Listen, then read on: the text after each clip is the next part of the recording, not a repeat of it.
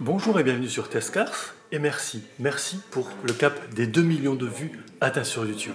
À cette occasion, je vous propose de découvrir une voiture quelque peu spéciale, ultra limitée et que donc vous ne croiserez que très rarement sur vos routes. Je suis aujourd'hui dans un showroom au Luxembourg et voilà le monstre que je vais vous présenter. La McLaren P1 GT-R. Commençons comme d'ordinaire par l'avant de cet engin. La couleur est juste magnifique. Deux énormes radiateurs ici.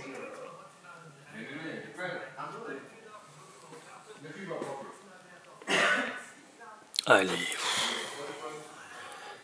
J'ai déjà eu l'occasion de voir pas mal de McLaren, statiques ou roulants, mais alors celle-ci, elle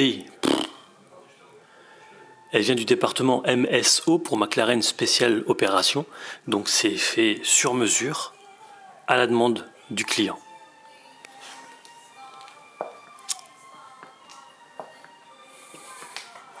Oh, la couleur, c'est... Le dégradé ici est juste magnifique. Voiture naturellement uniquement pour la piste, pas homologuée sur route. Je pense qu'on peut facilement comprendre pourquoi. Deux tuyères d'échappement ici. Je vais essayer de vous montrer le moteur. Alors, est-ce qu'on voit quelque chose? Non, absolument rien, à part du carbone. Donc pour la petite histoire, le moteur c'est un 3,8 litres V8 biturbo hybride qui développe pas moins de 1000 chevaux, 179 émanant du moteur électrique.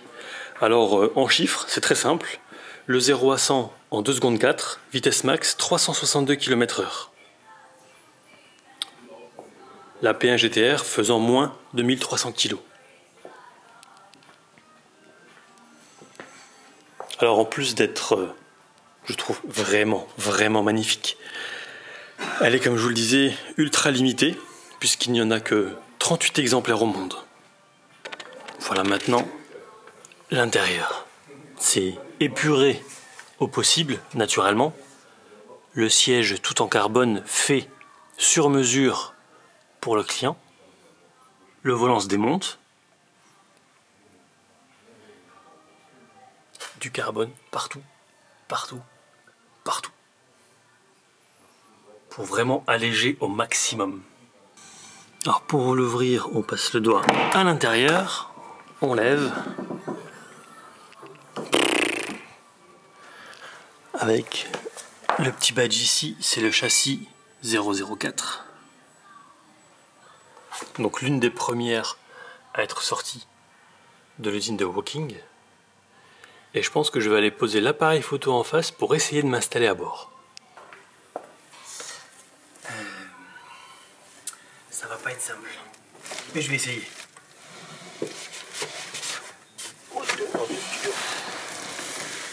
Ah ouais, c'est... Bon, une chose est sûre, la personne, le propriétaire, était pas très grand.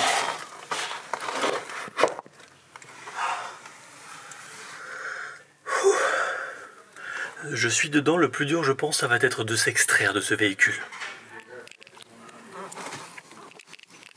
Alors, voilà.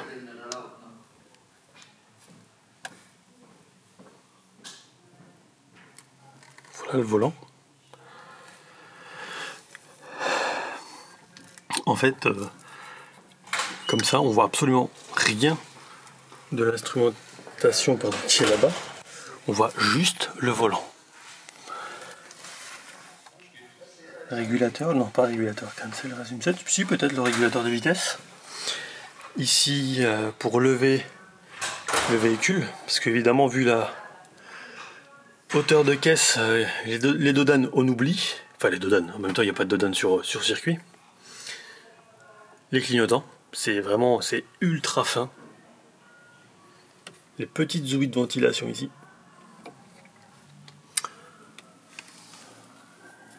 Et ce qui doit afficher certainement des informations de télémétrie sur circuit.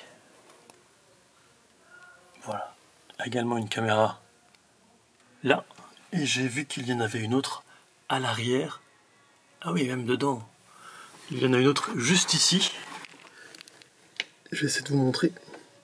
Alors, à quoi elle sert, je ne sais pas. C'est peut-être pour ensuite enregistrer ou des courses que la personne a pu faire sur circuit. Donc elle est à vendre. Et si elle vous intéresse, il faudra débourser pas moins de 3 millions d'euros. Maintenant, je vais essayer de sortir.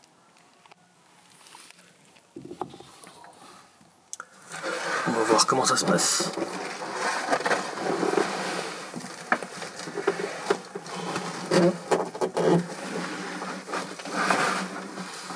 Bon, finalement ça va.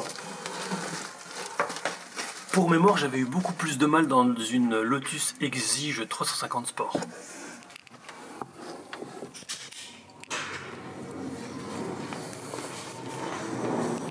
Ah, et puis c'est ces portières qui s'ouvrent vraiment d'une façon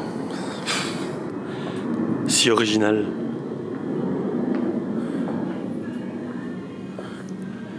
Je refais un petit tour avant de conclure.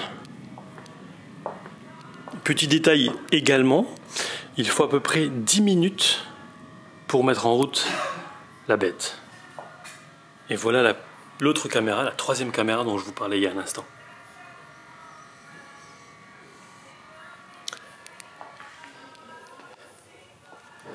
J'espère que la vidéo vous aura plu. Il ne me reste plus qu'à remercier Xavier d'Absolute Speed Mag qui m'a dit que la voiture était ici, sans oublier Max d'Assetto Corsa. Quant à nous, on se retrouve très vite pour une prochaine vidéo. À bientôt!